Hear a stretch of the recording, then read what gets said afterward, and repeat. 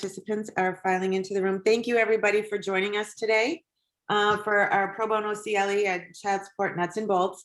I'm Maria Valeri with the Volunteer Lawyers Project. I'm just going to go over some really quick housekeeping issues, and then I'll turn it over to our moderator and our presenters. So thanks for being here. First note is that this training is being recorded for on-demand purposes later on. So please be aware of that, especially when you're using the chat box. As I'm told, the recordings do pick up conversations in the chat box. So we will be using the Q&A box for questions today. Please enter them as they come up, and our moderator will be following that box and posing the questions to our presenters at the appropriate time. I wanted to let you know everybody who pre-registered has received the materials by email from me this morning, along with an attendance affirmation that was a separate document in that same email.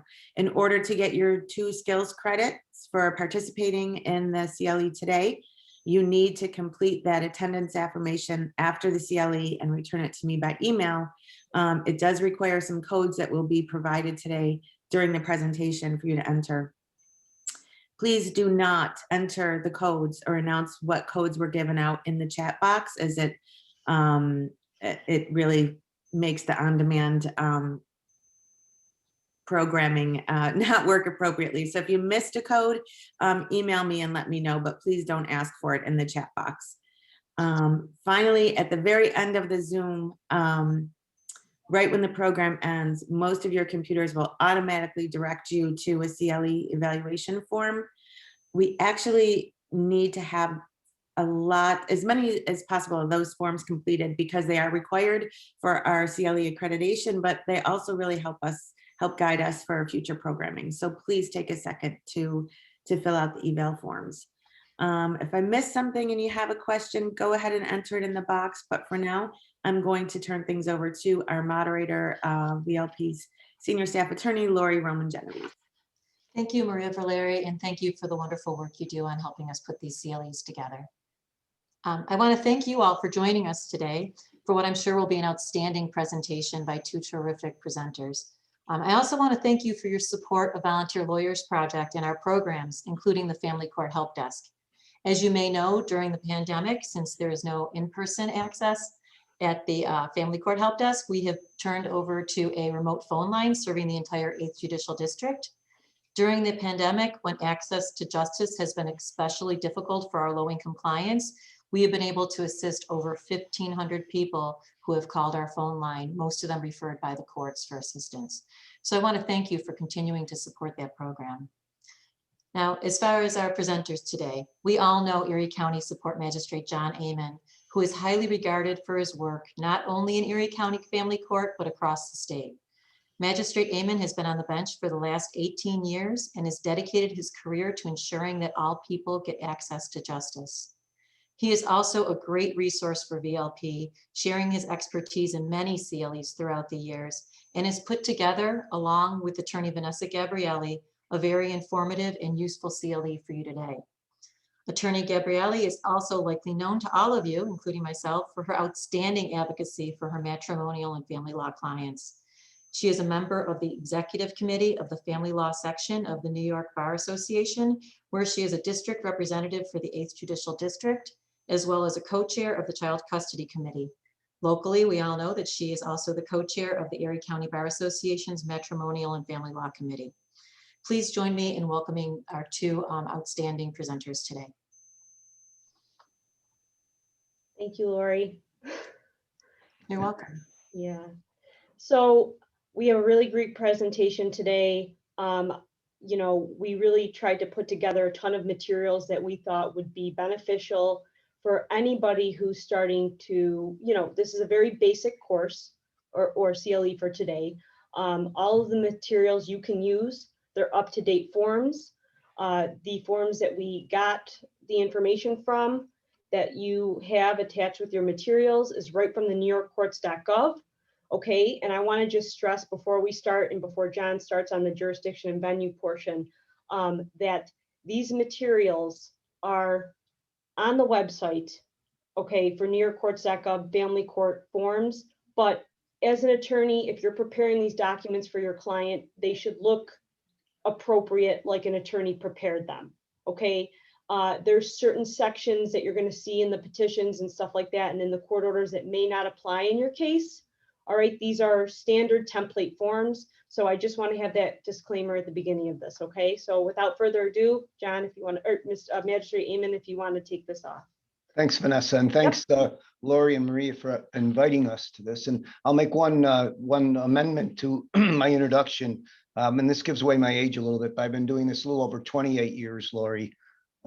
You had said 18, which is important in case any of the pension people happen to be listening in, I guess. And the materials are great, and Vanessa, you did a wonderful job in getting them together, your office, so we appreciate that. We're going to spend a few minutes starting at the beginning, and this is about probably as close as you're going to get to law school stuff, and it's jurisdiction and venue, and we thought we should at least spend about 5 minutes on that. So please bear with us. And by the way, I think we had decided that at the end of each kind of section, if you have questions, briefly ask those either through the chat or otherwise, and we'll try to address those pertinent questions at that time. And then we'll have some time at the end to address more general issues and items. So jurisdiction and venue. It's important because if you don't assess these two things correctly, and they are somewhat complicated issues, your action either isn't going to get into court or it's going to be dismissed at some point in the process. And jurisdiction, starting with that again briefly, it can be extremely complicated, but let's us today try to keep it somewhat simple. And it can be broken down, I think, into two types of jurisdiction: jurisdiction over the person, personal jurisdiction, or subject matter jurisdiction. And just briefly, jurisdiction over the person is basically, I think a law school definition would be the power of the court over the person, due to some action or some nexus that person, some contact with that person in New York State. And that's needed because a court is eventually going to enter an order, and we have or a judgment, and it's going to affect that person. So there has to be some jurisdiction over that person. That person has to have a nexus or a contact, and that person has to have some notice of the proceeding. So when we talk about jurisdiction over the person, we're talking about personal service, serving the documents on the person. We're talking about a substitute service that the court might approve or that's in compliance with the CPLR. But from my point of view, in a lot of these cases, and it's going to be questionable on whether the person knows about it or not, depending on the type of jurisdiction, I want to make sure that the responding person has actual notice of the proceeding. And the bottom line is personally serving the person in New York State will do that. So that's kind of a simplistic discussion of jurisdiction over the person.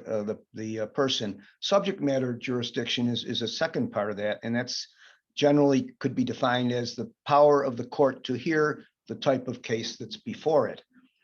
And in that regard, it's easier for us maybe because family court is a court created by statute. So the subject matter jurisdiction is somewhat clear in many of the areas. For instance, and we're not going to be citing, perhaps not a lot of statutes today, but 411 of the Family Court Act says we have our court has exclusive jurisdiction over proceedings for support or maintenance. That's pretty clear. Section 5B of the which is the Uniform Interstate Family Court Act, which we're going to not discuss today a lot, but at some point in our ongoing series, we're going to talk about it. But that talks about jurisdiction over interstate cases. There's a section in there that tells specifically when we can draw someone from out of state into New York State to have jurisdiction over them for the subject of support here. 439 of the Family Court Act is specific to support magistrates, and that's pertinent mostly by its exclusions. It says, for instance, if we have jurisdiction over contested paternity, except where equitable estoppel issues come up, we lose jurisdiction. It says we lose jurisdiction or do not have jurisdiction. That section says over custody, visitation as a defense, orders of protection, exclusive possession of the home. So I guess the bottom line is the Family Court Act is pretty specific as to what subjects we can have jurisdiction over. And just some examples that may help out. We have jurisdiction over spousal support if the parties are married. We can enforce or modify a judgment of divorce, child support or spousal support in a judgment of divorce. We can't grant a judgment of divorce. I think everyone knows that. We have jurisdiction over certain add-on expenses to support, which we'll talk about briefly: medical insurance coverage, uninsured health-related expenses, childcare, and education. But we do not have jurisdiction over property issues. Income tax exemptions is one that we hear about a lot, but there's case law that says we don't have jurisdiction over it. Bank accounts, debts that aren't related to child support, those we do not have subject jurisdiction over. Some of these are gray area, but I think you get the general idea. And generally, jurisdictional issues cannot be waived. I'll say that. I think that's pretty clear too. So venue, a few seconds here on venue. And we would define venue by maybe by saying the particular county or geographical area in which a court that already has jurisdiction that I just talked about may hear or determine a case. So where can the case be heard? And it frequently gets confused with jurisdiction, but it's different. So don't do that. Quite simply, it could be the place where either party may ask or want a case to be heard or to be tried. And in some of venue is related to the convenience of the parties. Looking to the statute, 421 says support petitions, for instance, can be filed in a county which one of the parties resides. 521, the paternity section says the county where the mother or child resides or where the putative father resides. The fact that the child was not born in New York is of no event. It doesn't bar a proceeding in a proper venued county. And finally, section 421 of the Act says upon application, the Family Court Act can change the place of trial in accordance with CPLR section 5. So while the Family Court Act tells specifically about where venue can take place, it defers to the CPLR in terms of actions to remove venue in the specific timeframes that you have to make a demand and make a motion. And let me say one more thing that in this, I don't want to get too much into the weeds, but venue is not driven by, a lot of our cases are paid through the child support agency. Venue is not driven by what county agency is handling that case. Or maybe we may be handling it here in Erie County. Our agency may be collecting the payments, paying them out, but the case may be venued in another county at some point. So that shouldn't drive the issue either. So again, I apologize for that. And that's probably the driest, hopefully we're going to get today. But that it is important to know that you have to know what kind of case you can bring in our support courts and where you can bring it. And Vanessa, I don't know if you wanted to add anything to that or if that's enough said. We're not hearing you, Vanessa.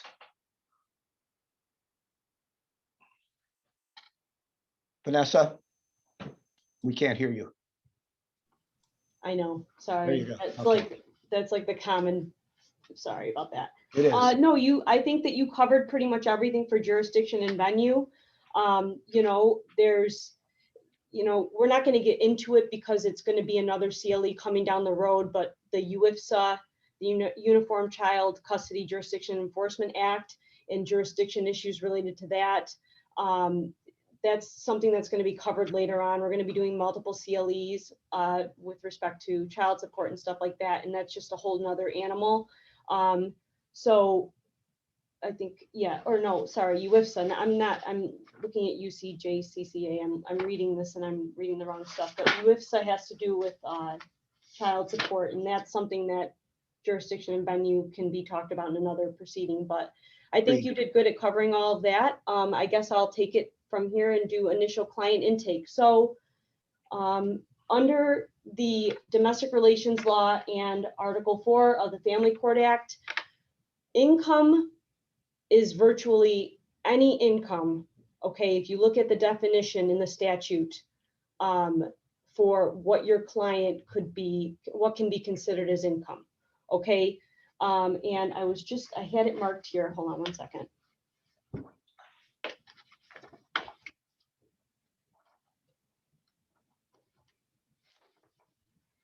So when I have a client come into my office, okay, for the initial client intake, I send an email, the person calls me, okay?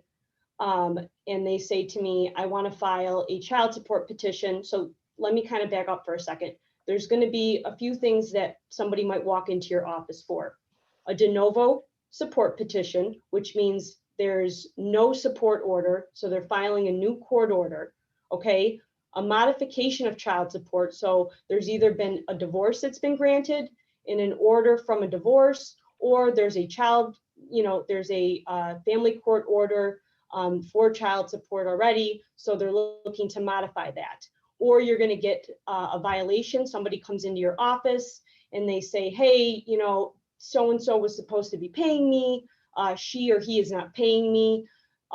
So I need to bring a violation petition. A violation would be if they have a family court order. An enforcement petition would be brought if they have a Supreme Court order, right? Am I right on that, Magistrate Amen? Yes. And they're looking to enforce the terms of another court's order, okay? So you have enforcement petitions, which we provided you a copy of. You have the possibility of somebody coming in for a modification proceeding, which we provided you copies of those petitions. Or you're going to have somebody coming in for a de novo child support. And what was the other one? Enforcement, violation, modification.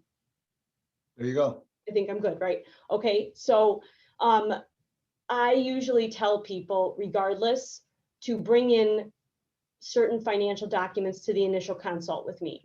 My office sends out like a client intake sheet, and we just get basic information, who's the opposing party, because you're going to want to know that for conflict check purposes. I also have them bring in like their most recently filed tax return. And if you look at the financial disclosure affidavit that we provided to you, there's right at the top of the court form, it says certain required documents that you must provide to the court. I have my client bring in all of those things. Any type of petition that they're going to do, because you're going to need those to attach to their financial affidavit, okay? If they own a business, have them bring in the business tax returns. If they're an individual, I usually have them bring in their year-end pay stub, their most recently filed tax returns, their W-2 forms. And if it's a situation where it's a violation, you obviously have to have that person bring in the court order, okay? Do not just go by what people say, have them bring in the order, all right? It's extremely important because somebody might think that they have a violation and you read the order and it's not a violation. I had that come in and the person wasn't happy with me, but part of your job as an attorney is to tell people when they have a case and when they don't have a case, okay? If they have their judgment divorce documents, have them bring those in. Honestly, a good practice point and rule of thumb would be to have everybody bring in all prior court orders. And I know some people have gone back and forth to court, but I think that being a thorough attorney and kind of going over with them the timeline of stuff in those orders is beneficial because it kind of gives you an idea, because people tend to, and I'm not calling them liars, sometimes they leave out information. They'll tell you certain things and not tell you everything. So I have them bring in all their prior court orders. If it's a new custody petition or a new support petition, and there has not been one other caveat I'm going to say, and I think it's in our outline, is a paternity needs to be established to file a child support petition, okay? If paternity has not been established, so say somebody comes in, they don't know who the father is, then you must file a paternity petition first. That petition will then turn into, essentially, you'll get an acknowledgement of paternity if the person agrees, or get an order of filiation. Then you can file, I think at the same time, Magistrate Amen, do they allow you to do a support petition at the same time as a paternity? I always thought paternity first, then the support. If the paternity petition is filed by the custodial parent, we can convert it, so to speak, to a support petition once paternity is established. Okay, But if, let's say it's the putative father that files and is asking for paternity, that ends then. And once he's established as a father, the custodial parent would have to file against him. okay. Makes So sense? another thing at the initial consult is to have your client bring in the acknowledgement of paternity. If they say, I don't have the acknowledgement of paternity, I don't know what that is, you sort of need it. And getting that, you can contact the hospital where the child was born. And typically it's now called an acknowledgement of parentage. So I want to just be politically correct with that. With the new act that was passed, I believe I had a case out of Niagara County, and the child was born in March of 2021, and they gave my client an acknowledgement of parentage. So you need to have that document, because that document needs to be attached to your child support petition, okay? So reviewing over, I'm trying to make sure that I'm good on time here. I have 15 minutes. I know we were kind of lagging behind before. Am I okay on time? I'm kind of meshing into the preparation of the petition. Does it really matter? I think it's okay if you It's- transition right it's- into that. We're Okay. a little behind, but we're still doing well. Okay, all right, because I'm getting to the end of the preparation for the petition too.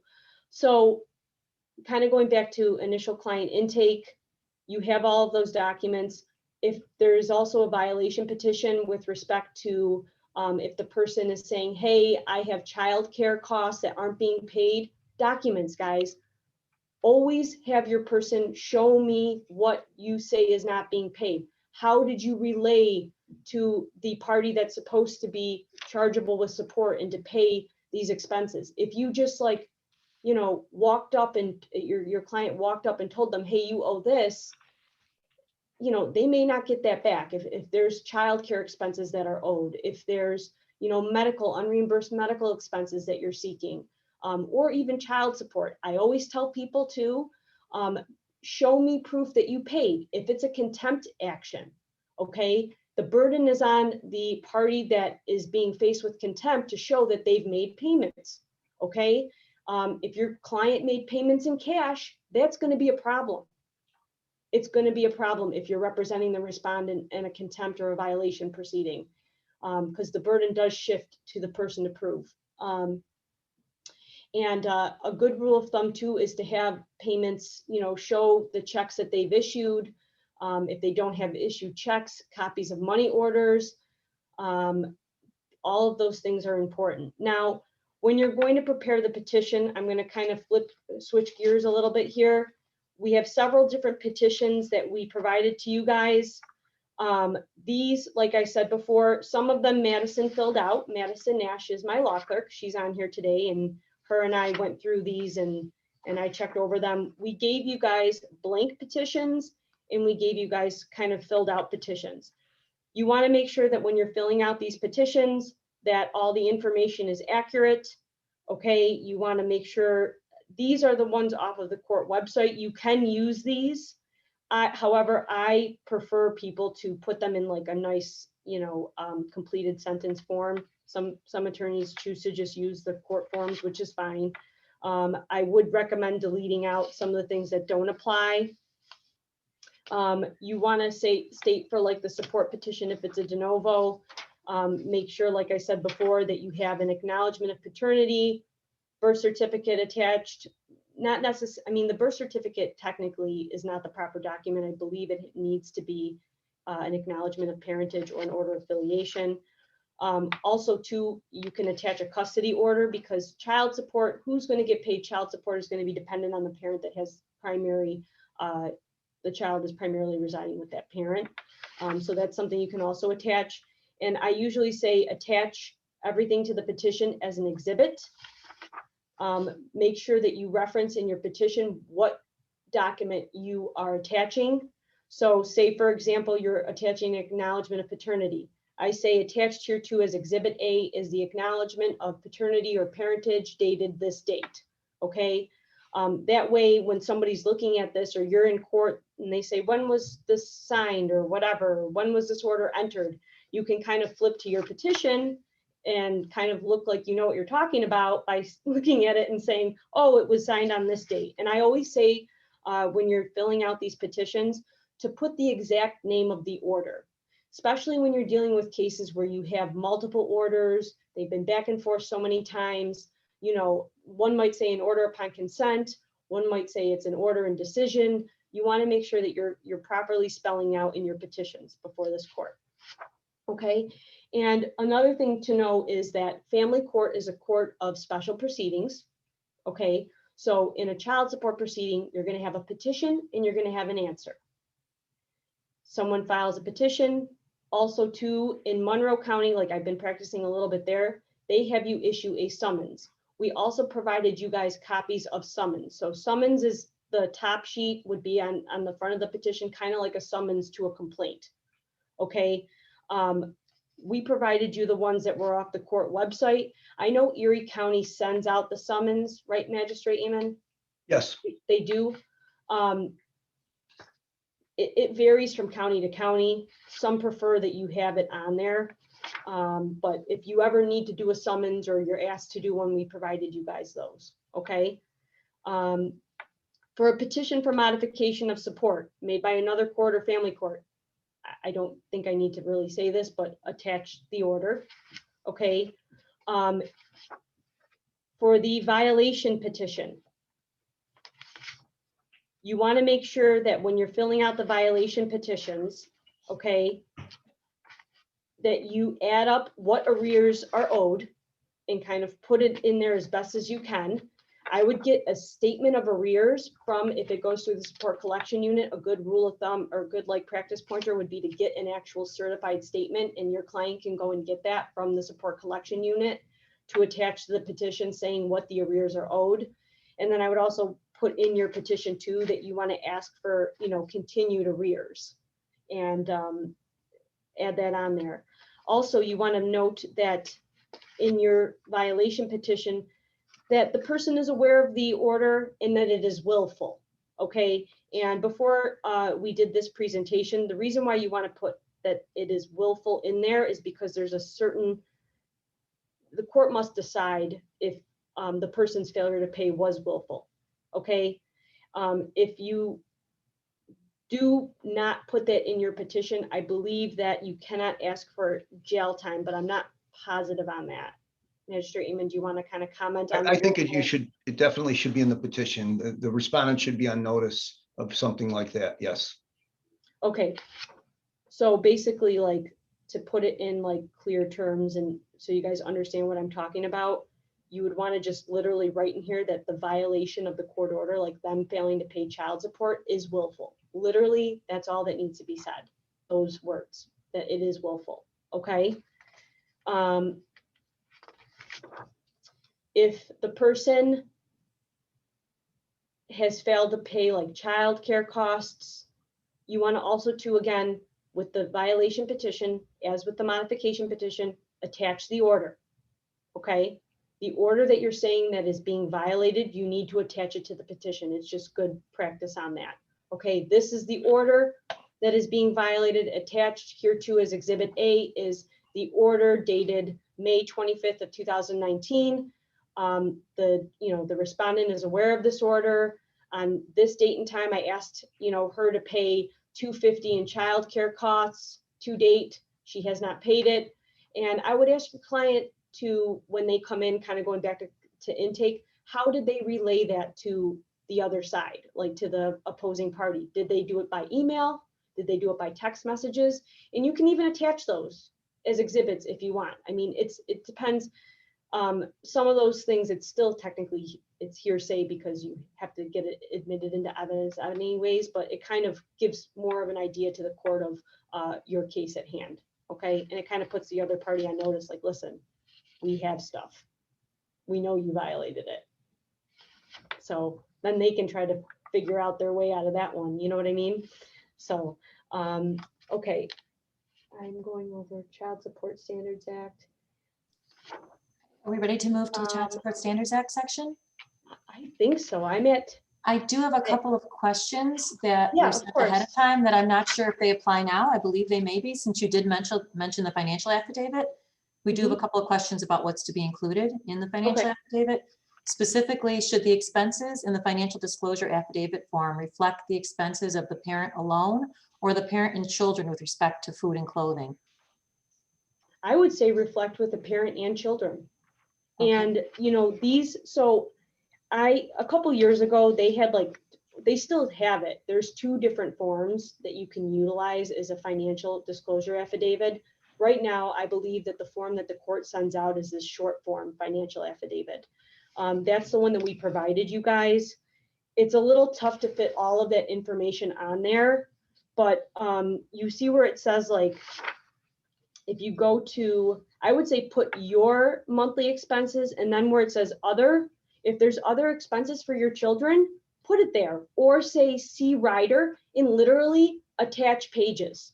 Attach extra pages. You can do that. There's nothing saying that you can't.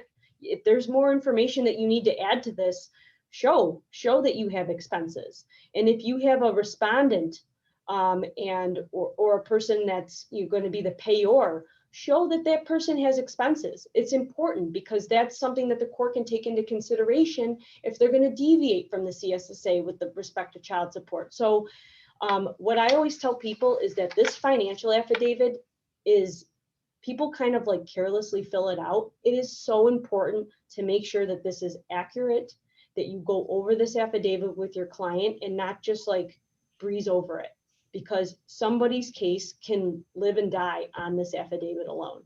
Yes. So for example, okay, say that you have a guy that's self-employed or a woman that's self-employed, all right? And they say in their tax returns that they have no income from their business, okay? And they have $10,000 a month in expenses. It's kind of strange, unless they have, you know, tons of lines of credit, how are they paying their expenses? Doesn't add up. So you could use this affidavit if you were ever to go to a hearing, and I'm giving people away all my secrets, but you could use this affidavit against them at a trial. It just shows that they're not credible. Okay, sir, you say you make, or ma'am, you say you make $25,000 a year, yet your expenses are 10 grand a month. That's what you put down here, the cost of health insurance, this, that, and the other. That's not, that doesn't make sense. It's just not valuable. It's just not believable. Okay, I have a divorce action right now. The guy says he makes $34,000 a year, okay? He's buying a condo in Toronto for $500,000. Now, I know that I can't even get approved for a mortgage for $200,000, okay? So I don't know how this guy on $34,000 a year is getting approved for a mortgage for $500,000. It just doesn't make sense. So, you know, I really stress to you guys that when you do these support proceedings, to get all of this information from your clients, look over these documents, and also too, under the Family Court Act, and I was citing to it before, compulsory financial disclosure is required in family court proceedings. Look to Family Court Act Section 424A, okay? Financial issues, I mean, this is important. We are a state of full financial disclosure, all right? And like, tell your clients when they come in that it's fair game. Everything's fair game. And as I tried to say before, the court says that income is virtually all income. And you can look to the DRL on that. We have two questions about what would be included in income, if I can, I don't mean to Cool. interrupt you, but Yeah, if I can. go ahead. Let me jump in first quickly, Sure, Lori. of course. First of all, I agree with Vanessa that the financial affidavit would be the custodial parent as well as the child's expenses generally, because those expenses are the same. I mean, you can't divide up the mortgage or the utilities or anything like that between mom or custodial parent and child. So, but there may be some exclusive or specific things like clothing for the child or things like that. And I agree with Vanessa, you break those things out and do it separately. You don't have to be wedded to that 2-page financial affidavit that we send out. Use the 4-page, come up with your own, whatever you want to do, make it, be creative about it. And yeah, with expenses, I think we tend to fluff our expenses. And I don't know why we would do that, because the expenses don't really bear on what the child support amount is going to be. Child support amount is going to be a percentage of the income. Now, the statute requires you to produce your expenses. But it gets back to what Vanessa said, credibility.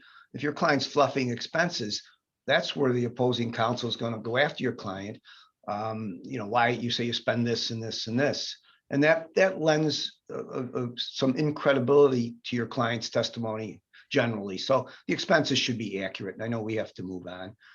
In terms of income, Lori, let's hold the income discussions for a few minutes when I talk about, and in fact, I'll start the Child Support Standards Act now if we're ready to do that. Yeah, I think I'm pretty much, if anybody has any questions about the preparation of the petition, kind of put them in the chat and we can address them later, but we want to keep on time with this. So go ahead, Magistrate Amon. If you want to start on CSSA, that's fine. Sure. And a brief CSSA is really what we're talking about today. It's the basis of everything. So a brief review of it is not certainly possible, but I think we're going to depend on all of you to kind of learn the statute as you go. And it's not that hard. We had full seminars on this when the Child Support Standard Act was passed in 1989. So for 5 or 10 minutes here is not really possible, but just a few brief comments. Before the CSSA, it depended to support dependent on how much does the custodial parent need, what can the responding party, the not NCP, afford, and kind of an analysis of all of that, somewhat of a vague analysis. But the Child Support Standards Act was mandated by the federal government, as most of the child support issues are, and over the years, the federal government thought that a mechanistic approach to child support would cause children to be removed from poverty. So all the states were required to provide a formulaic mechanistic approach. So we have that in the Child Support Standards Act, and it was promulgated in 1989, as all other states were required to do. So let's talk a little bit about the act, if you will. First of all, there's several steps, 3 steps to it. First of all, we have to determine gross income before we do anything. And Vanessa talked a little bit about that. Gross income includes not only earnings reported on a federal income tax return, but also, and it's set forth in the statute, all other certain specific kinds of income, including workman's comp, disability, unemployment insurance, Social Security benefits, veterans benefits, pension, investment benefits. We can also include income from other sources, such as non-income producing assets and goods and services furnished by relatives and friends. If someone's, if you're getting a certain service from someone else, we can quantify that and add it in as support. And I think the bottom line is, if you represent the custodial parent, everything is income, and force the payor to try to prove it's not income. The only things that really a statute says aren't income are public assistance benefits and SSI benefits, but then you're down on a lower level anyways. Lori, one of the questions was inheritance, is that right? Mm-hmm.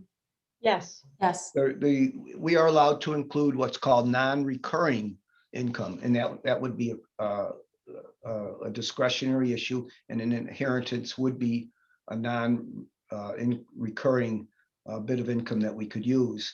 And it's a resource, and we wouldn't take 17% of it necessarily, but if someone, for instance, is not working because they have this inheritance, we might impute income to them based on that. So if I was the custodial parent's attorney, yes, I would include or ask an inheritance to be included. What else, Lori, was suggested? Another pre-CLE question was if you can include the significant other's income or the income of the new spouse.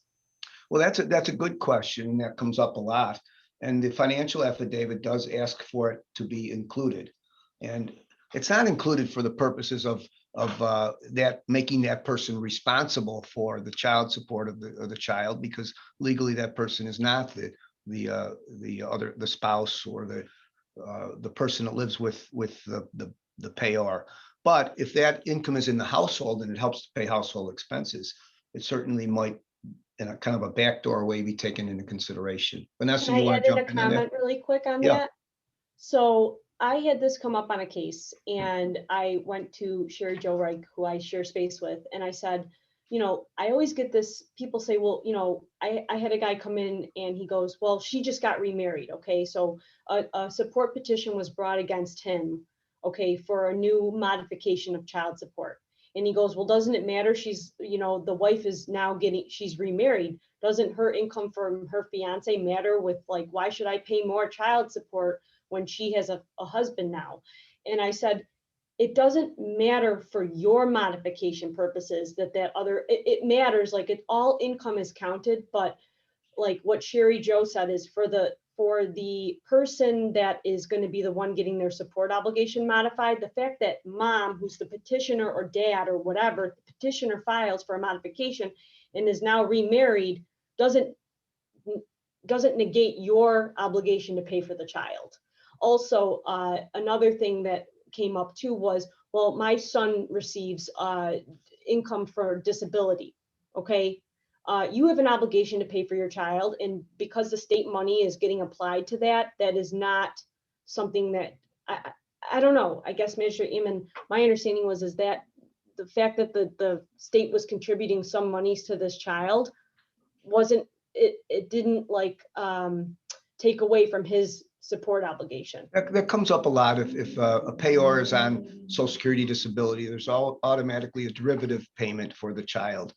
And the non-custodial parent will say, well, I'm the child's talking getting about that just the benefit. child in general, What's that? not the mother receiving, not the petitioner or the father petitioner receiving disability and then the child getting a derivative benefit. I'm talking about the child itself. The child had a disability and received some money. Either of those cases, that might be that would be a reason for us to vary from the percentages. But you're correct in that we have to start by obligating support as in the presumptively correct amount. And then if we think that resource is appropriate for us to vary from the percentages, we would do so. But it doesn't obviate the need to pay support per the statute. So I agree with that. Can I just take one? Sorry, I just had to add that 1 in. minute for housekeeping, just to add the first word, because we need to give out 3 words for the CLE credit. So the first word for CLE credit to mark on your sheet is jurisdiction. Jurisdiction. Thank you, and I apologize for the abrupt entrance. So we find no problem. We find the income of the parties, and then when there's certain deductions allowed from the income, and those are statutory too, and you'll see them in the statute. And we take the deductions, such as if the FICA tax comes out of income before applying the percentage. If you're paying child support for other children per order, that comes out of income. So all of that, the biggest chore we have, the first chore, is finding the income. And then we apply the percentages, the child support percentages to that income. And I think you all know 17% for one child, 25% for 2 children, 29 for 3, 31 for 4, 35% for 5 or more children.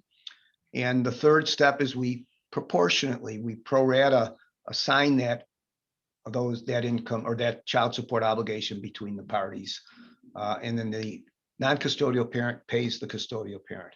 But those 3 steps, finding income, which is that gross income less the expenses, applying the percentages, and then deciding how much of that result is the non-custodial parents, we come up with the presumptively correct amount of support. And we have to do that 3-part step in any proceeding to come up with what's presumptively correct. We have to state that in the order, and the parties have to be aware of that. Now, the tension then comes in that payor is going to say, well, I can't afford that. I have this, and this. I want you to vary from the percentages. And again, that's the tension in every case. Should we be at the presumptively correct amount, or should we vary? And there are reasons set forth in the statute for varying from the percentages. And 413(1)(f) gives a number of reasons, such as the resources the child might have that we just discussed. in terms of other lump sums that the child receives or has access to. Other reasons for variance, the payer may have another family, either in-house or that he's paying support for informally, not pursuant to an order. That's a reason to try to convince us to vary from the percentages. Costs of visitation and extended visitation, those could be reasons to vary from the percentages. But regardless of what we wind up doing, we have to start and go through the steps and find the presumptively correct amount and then decide whether or not to vary. Vanessa, did you want to jump in on something there? Yeah, just say factors affecting or varying from statutory guidelines. I would say for support purposes for child support, look to DRL 240 1-BF, and then the Family Court Act, I would refer to 413 1F. Okay, there's 10 factors. So get acquainted with those two statutes. Again, that's DRL 240 and Family Court Act 413. Couple other important points. There is important income amounts on calculating support. There is a cap of 154,000 that's based on the combined income for child support. Okay, maintenance is 192,000, and that's based on the payor's income.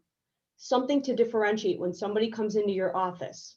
Okay, combined parental income, meaning petitioner's income, respondent's income combined, is capped at 154. It's not my client makes 300,000, it's capped at 154. It's the combined parental income. And Magistrate Amon, would you agree with that? Yes. Okay. So just to clarify that when somebody comes into your office, because that's a common question and a misconception that I get. Okay. Maintenance is based on the payor's income and capping it at 192. Okay. And also too, when you're filing a child, I was going to say one more thing. Hold on.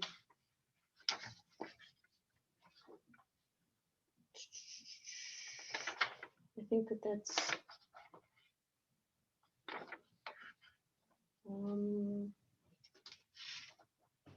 Let's see. And also too, you know, FICA gets taken out of that when they're doing that formula. A really good website to use if you have somebody come into your office. First of all, you can look at the CSSA. We provided you guys the chart that comes out every year from the Child Support Standards Act from New York State, and it lists the various incomes and what support would be. That's part of your materials. But also there is an online calculator, I think on newyorkcourts.gov, where you can do the formula on there, or you could go to, I use a website. There's this woman out of New York City that does mediation and I guess divorce, but I've never heard of her before other than this calculator, but joyrosenthal.com. I use that website. I put in like the incomes from the parties in there to kind of generate, so I kind of know going into a case. It's a good practice pointer, you know, what obligation your client may be facing and what the modification is. Okay, and that's all I'm going to say on the Child Support Standards Act for right now. I don't really have much. I think you did a really good job of covering that. Thanks. Getting back to the cap, by the way, at 154, let's say the parties each have income of 100,000. So that gives us combined income of 200,000. So the cap, which is a little bit involved, especially explaining to your clients, but that means I can order support at the cap at 154 in proportion in pro rata there, or I can use the full amount of the income and order support. And so it's important to know about that issue. And if you're paying the support, there are reasons in the statute you're going to want them to keep me at the 154. If you're the recipient of the support, you're going to want me to order support to the full extent of the party's incomes. And those are the same factors as the variance factors.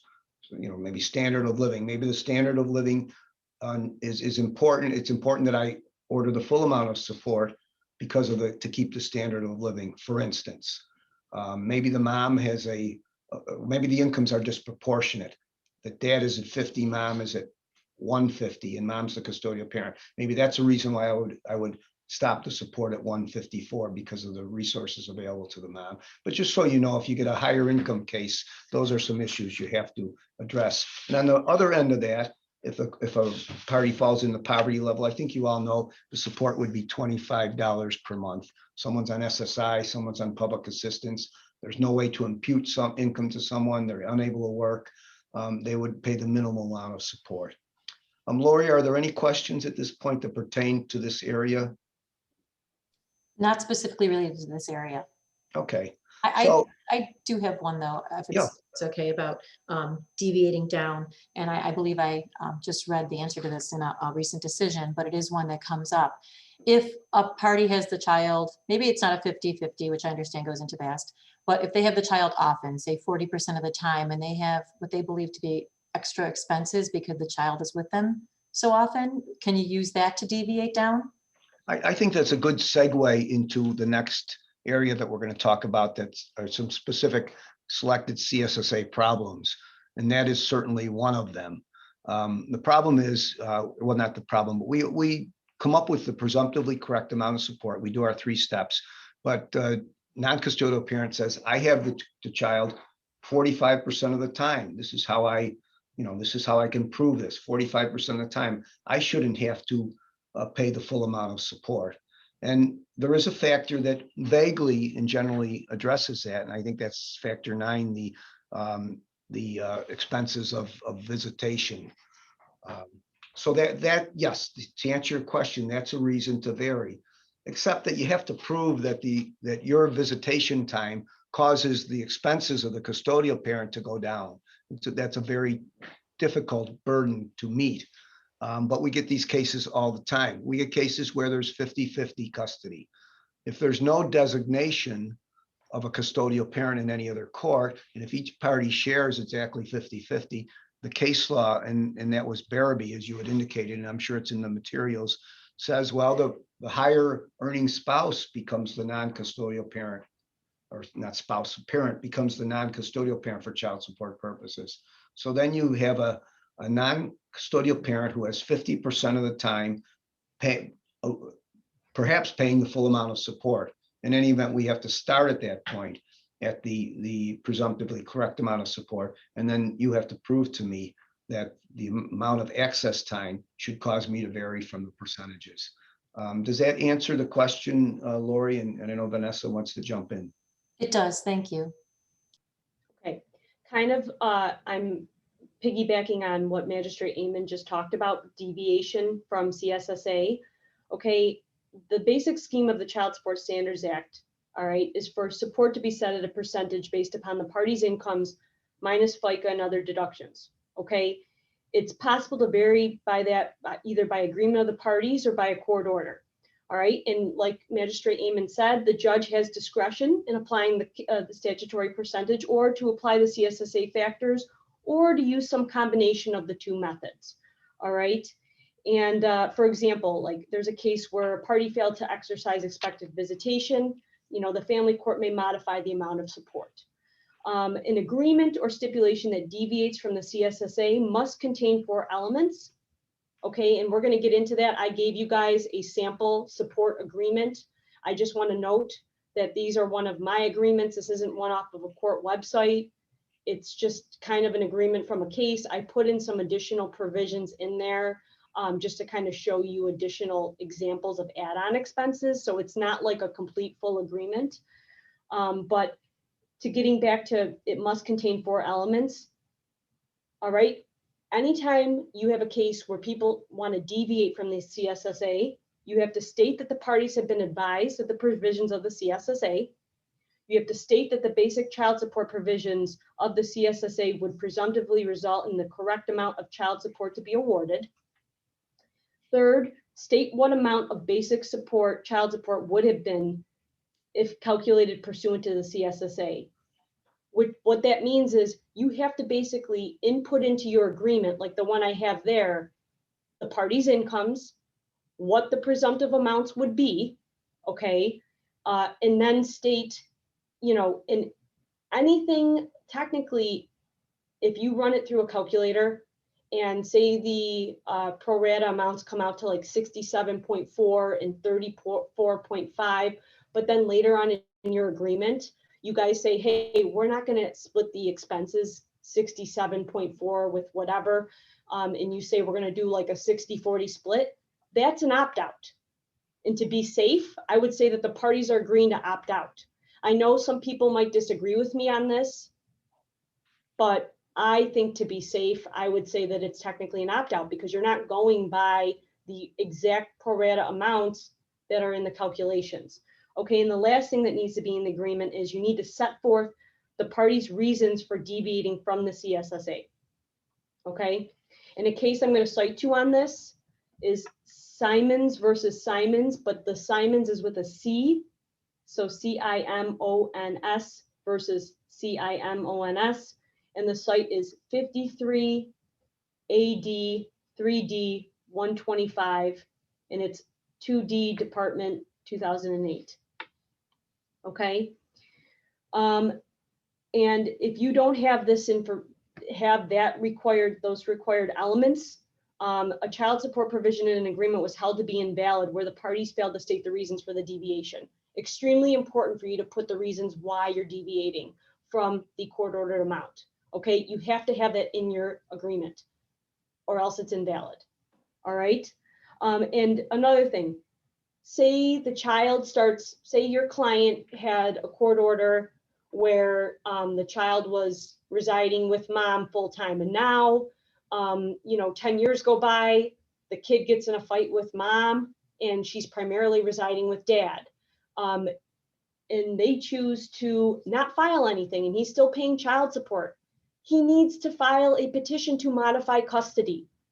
Okay, he cannot just informally stop paying child support. And what I always tell people is the court will make an example out of you. They specifically have it that they do not like informal agreements between parties, okay? Because that would just open up the floodgates for everybody to make informal agreements, okay? And it's going to be very, very tough if mom 2 years later down the road decides, well, I'm mad at dad and I'm just going to be a jerk and I'm going to say he just stopped paying me child support, and goes and files a violation petition. Then your client's stuck saying, well, I continued to pay her, or she told me it was okay to stop paying, or he told me don't worry about paying child support. So I know that kind of isn't really, I mean, it's all part of like, you need to make sure that something is filed, okay? No informal agreements, it needs to be done. They can't just come up with a notarized agreement. It needs to be, if there's a court order, it needs to be put in a new court order, all right? That means a modification petition needs to be filed. We also provided you guys a petition for support upon, a petition for an order upon a support agreement.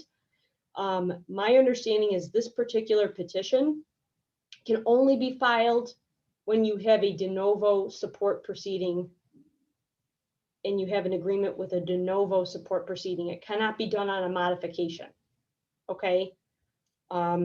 So I just want to put that out there. That's what Monroe County rejected and said, and I think one of my office mates here did that in Erie County, and they said the same thing. Magistrate Eamon, any? I think if you have an agreement, there's got to be a way to get it to us. Well, they said And that have us just act on it. this particular petition is just like a petition to incorporate an order or incorporate like an agreement. And my understanding is if it's a modification of a prior one, even if it is an agreement of the parties, because I know like during COVID, I had a couple of cases where the parties kind of agreed amongst themselves to modify. And then we went to go and you still have to file a modification. You can't use this petition to file a modification, if that makes sense. I think you can file a modification petition though and say, we have an agreement, it's attached. Yes, you can. Yeah. You just can't use this particular, I know people might get confused on that, and I just want to clarify with this petition. This particular petition for an order upon support agreement is if you have like a de novo custody or de novo support petition. I'm sorry. Thank you. As we move forward to the flow of the case and preparing for a handling of a support hearing, I'd like to give the second word, which is hearing. So your second word is hearing. Thank you. And as you move into that, I think that's your subject, Vanessa, preparing for the hearing. I just want to mention one other issue, and because I had noted a couple of child support CSSA problem areas. One we talked about was shared custody. We talked about determining the income. And just let me say that when people are self-employed, unemployed, underemployed, those are difficult areas for us because we have to establish income, and income might not be we might not see it on its face. So we may have to either impute income or get involved with tax returns of self-employed. So there's where you're going to have some of your problems when someone either's working off the books, under the table, working self-employed, not showing income. Those are some of the areas that you're gonna earn your money. That being said, we're gonna go have hearings occasionally, right, Vanessa? How do you prepare for We that? are going to have hearings, and this is a special proceeding. So technically, if we want to get, I'm going to say that I'm going to assume that discovery has been allowed by the court, right? With respect to this case. Yeah, there's a theory out there that you have to apply for leave of court to do any discovery that the statute doesn't allow for, which means exchange of financial affidavits, tax returns, and all of that. In other words, if you take a deposition or you want to demand documents, you have to have leave of court and bring a motion. That's very loosely enforced. And I would suggest that we encourage and allow for any discovery that you want to have that's pertinent. So if we're going to talk about switching gears to flow of the case, this is how it's going to all go down. Okay, so say I'm starting a support proceeding, whether it be a violation proceeding, modification proceeding, enforcement proceeding, or de novo, you're going to have your first appearance with the magistrate. And I'm going to speak only from my experience. If other people have other experiences, like Lori or Lori, if you want to chime in too, you file your petition, you get a court date, you go to your first appearance. You put your name on the record. If you're going to be representing the petitioner, putting your name on the record, the other side is either going to appear with an attorney or they're going to appear pro se. They're going to ask if they want to continue to be representing themselves on this, or their attorney is going to appear on their behalf. And the first appearance is basically going to be kind of like, okay, who are the players? All right. The judge, you should, which it doesn't always happen, have your financial affidavit sent into the court prior to the first appearance. It should also be provided to opposing counsel prior to the first appearance. Now, I can count on my hand a number of times that that's actually happened, even though you guys require it. But if the person does not show up, the court's going to schedule another court date and give that person another opportunity. When you file petitions in family court, Erie County will send out copies and they will serve them. But technically, if you're going to move forward and do a default, I believe you want us to have them personally served and then submit an affidavit of service stating that there's been a default and whatnot. But we'll mail out the petition initially, and if there's no appearance and you appear for the petitioner, we'll want you to personally serve the summons. Yes. And Monroe County does a thing where they issue a summons and they say to the person, the first appearance is going to be for that person to come and receive personal service, which I thought was interesting. That is interesting. Yeah. You know what I mean? So that person is coming into court, they're aware of the proceeding that's going on, and that's how they kind of get them to come in, which I think is not a bad idea, because then they're going to be in there and they're either accepting service or not. But assuming that everybody is served, okay, you're going to get their financial affidavit. What I would recommend is going over that financial affidavit. My protocol is stuff that comes into this office on somebody's case, I have the client look at, okay? Because it's one thing for me to look at this person's affidavit, but it's another thing for my client to say, this is all wrong. This is inaccurate. They have a job here. I'm the one carrying the health insurance, not them. These expenses aren't right. This person, that doesn't, you know what I mean? So I would say a good practice pointer is to, once you get in the financial disclosure from the other side, provide that to your client to look at, okay? And kind of have a meeting with your client to say, okay, this is what they say their income is. Take a look at the tax return. All right. Has there been, is there additional monies that can be added in there? Is the tax return truthful? If you are looking at their financial affidavit and they say that you know, their income is zero, but they have all of these expenses. You can kind of gather from the financial affidavit and also from your client, who is a pretty good source of information. I mean, some of them like to elaborate and kind of exaggerate a bit on what they think the other side actually has, but talking with that person, you can figure out, okay, well, what do I need to do to move forward and prepare for my case? Okay. And what I mean by that is like, all right, if I'm going to issue a discovery demand asking for certain documents, like say the person says that they have a loan, okay, through Bank of America, and they say it's this ungodly amount loan. Maybe you want to ask for the loan application, because everybody knows that, you know, we're super truthful on loan applications. At least I am. I don't know other people, but you know what I'm saying? This Why is you didn't being get your recorded. mortgage? But that's, you know, or a mortgage application, right? So say they own a house, okay, or they just got a nice fancy car. I had a case where, you know, mom said she had no money and she bought a brand new shiny Honda. Well, mom's license plate said Ziegler Honda on it. So guess where that subpoena went? And, you know, mom said she made no money, but she didn't say that on her car loan application. So is she lying then or is she lying now? So these are all things that you can kind of like prepare for. I always say prepare as if you're going to go to a hearing, and then in the event that you don't, that's great. Okay, so, you know, maybe you need to reach out to the person's employer, get some more pay stubs. There's a lot of information that you can obtain from a pay stub. And in a few weeks, or a couple weeks actually, the matrimonial committee is going to be hosting a how to read an individual's tax return seminar. So I would definitely CLE, so I would recommend that too. But your pay stub will show if there's other bank accounts they're not disclosing. Okay, people get direct deposit. You know, if they have a bank account that has all this money into it, but they haven't paid their arrears, that could be something that you could ask the court, you know, to proceed forward with. They do have money, Your Honor. They're just not paying their child support. What I always say to people too is if you're faced with a violation petition, you know, if your client is paying nothing, have them pay something. Have them pay something. Because not being able to pay any child support is just ridiculous.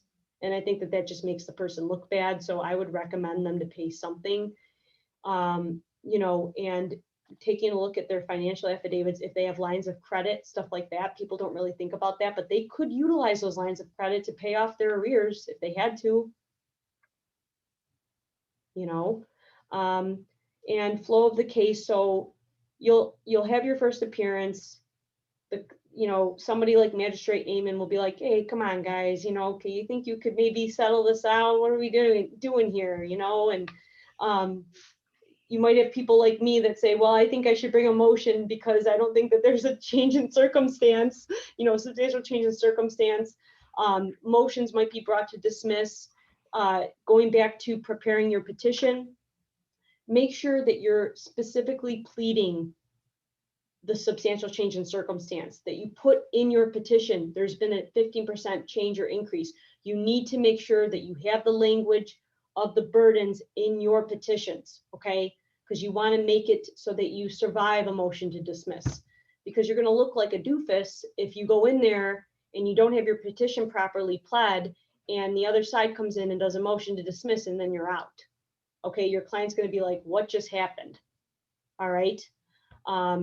So Sometimes, by the way, your client has already filed their petition when they retain you. So take a good look at that and be ready to amend it, especially in the modification area. I agree with you, Vanessa, that the modification, that's where you're called to task is the burden of modification. You got to make sure you address that very specifically. So amend your client's petition if you didn't help them file it, if need be. And for cases, so and I'm going to go back to modification for a second, because I think that this is an important thing for people to know. If you have a case before October of 2010, or an agreement made before October of 2010, okay, there is a different standard burden of proof versus cases or versus orders and agreements made after that, okay? Before 2010, If there was no agreement or an agreement that merges into a judgment, the burden was change in circumstances. Standard authority on that is DRL 236B9 or 9B. First sentence, recipient's inability to be self-supporting or a substantial change in circumstances, okay? So that's standard authority on that. If the agreement survives a judgment of divorce, and again, this is pre-October of 2010, the burden of proof is unanticipated and unreasonable change of circumstances. Clear and convincing evidence, burden is on the moving party, okay? So party DRL 236B 9B, party seeking to modify child support incorporated into a judgment must show an unanticipated and unreasonable change in circumstances, okay? Or that the child's basic needs are not being met, okay? Very important to know that difference, all right? And in these types of cases, need to show specific increase in the costs associated with basic necessities such as food, clothing, shelter, medical, dental, as well as the child's various school activities, okay? Or that the petitioner's income in combination with the respondent's child support are insufficient to meet the children's needs, okay? So that's a very important distinction to make. If the case has a modification or an agreement made after 2013, all right, the change in circumstance is the one that we go by now, which is 3 years passage since the last order, 15% increase or decrease in one's income, or our new one is substantial change in circumstances, okay? So substantial change in circumstances, I'm gonna say, people always say to me, what is that? Well, you need to read the case law. You need to figure out what the court has, cases in the fourth department, that's what I would recommend, where the court found a substantial change in circumstances, where it didn't. One example I can say off the top of my head is substantial change in circumstances. You had a custody order, right? And the child was primarily living with dad, okay? And now the child is primarily living with mom. That's a substantial change in circumstance.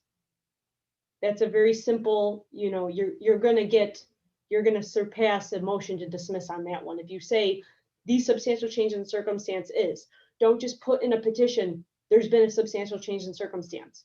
You need to specify what is your substantial change. Same with, there's been a change in circumstance. What is that? Read the cases, figure out what those cases were and what the court decided, and kind of get yourself, familiar with what those burdens are. I would recommend that to anybody. It will make you a better attorney. And then when you're preparing for your hearing, you know what you need to prove to the court, right? You got to know what your burden is that you got to have your evidence for. Okay. And so to backtrack back to the flow of the case, your second appearance, is going to either be like a pretrial conference. Where are we at with settling things? What have you guys talked about? Are we any closer to getting a settlement, or do we need to talk about scheduling a hearing? Okay, typically that's kind of how the flow goes. All right. I would recommend to everybody that's on here to reach out to the other side, either do a written, settlement proposal letter or something, like kind of look it over. If you have enough financial disclosure. If you don't have financial disclosure, I would recommend bringing either, say you've sent out a discovery demand, they don't respond to it, bring a motion to compel under 3124, I believe it's 3124, of the CPLR. So another caveat, CPLR applies to family court. I think sometimes people just pretend like it doesn't exist. It does exist, okay? So read the CPLR, get familiar with the CPLR. It will help you in your practice immensely, okay? Bring a motion to have them comply with the discovery. If they don't comply with it after you've brought the motion, there you go. Judge issued an order. I want to preclude them from offering any evidence in support of their case based upon the stuff that they said that they didn't comply with this, or the court can, give them a negative inference on your case if they didn't provide compulsory financial disclosure. Okay, so it's really important that the second appearance is kind of like, okay, what has happened since the first appearance? Have you guys gotten any further? What do you still need? What disclosure is still outstanding? And, I tell people, listen, it's going to come out. Provide the financial disclosure. Let's put it all out there so we know what we're working with. If you have a client that's not being upfront and honest, it's going to come back to them. It really is. And, if they're not disclosing things and you enter into an agreement, they can go and try to overturn that or vacate that later on or whatever. So really important to do that. Now, getting into how to prepare and handle a support hearing. I know I'm kind of like a little bit behind here. I would say in preparation of the hearing, meet with your client ahead of time. So assume that, I'm going to kind of back up for a second, assume that settlement negotiations have not gone anywhere. You've gotten in your financial disclosure and you just cannot come up with a resolution. All right. I would recommend that you have your client come into the office and say, listen, first of all, make sure you're getting paid. Okay. Because nobody's going to a hearing if they're not getting paid. All right. So make sure that your client knows that they have some skin in the game here. If you're representing that person as assigned counsel, that's a different story. But if the person is, I'm talking as a person, keep moving towards settling the case in a few minutes. Sorry, I just read that on the panel here. I just want to say that preparing for a hearing, you want to make sure that you have all of your evidence that you're going to put forward. You want to put into evidence like tax returns if you're utilizing those. Make copies of everything for the other side, for the court. I'm assuming that I'm talking as if we're going back into an in-person, which maybe at some point it could be wishful thinking. We're going to return to that, but any evidence like financial documents, if you have a contempt case, you want to put the order into evidence. Contempt hearing should be very quick. Put the guy on the stand. Are you aware of this court order? Yes. Okay, have you read it? Yes. Is this your obligation? Yes. And they're aware of the court order. They failed to make the payments, and boom, boom, boom. People make, I'm just going to say on like a contempt case or a violation, there's a court order. It's either they paid or they didn't pay. If you are the other side of that and you're providing, you're trying to say, yes, I did make these payments, you have to come up with some type of documentation proof. Your client's testimony can be utilized, and their testimony is evidence that the court can consider, but the best evidence, and I'm not talking about best evidence in terms of best evidence rule, but I'm saying like the best evidence in support of your client's claim if you're facing a violation petition is to show documentation that you proved it, either by way of checks, money orders, emails, and so on and so forth. And with respect to settling the case, if I'm trying to think if there's anything else with the support hearing. Let me just make a few comments as we think about that. First of all, Sure. Flow of the case.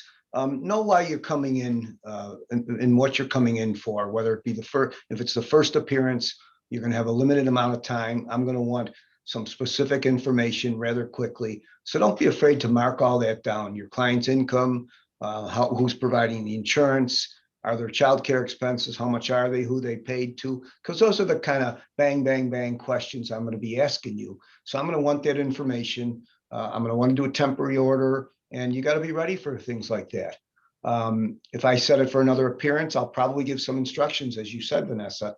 Exchange financial affidavits.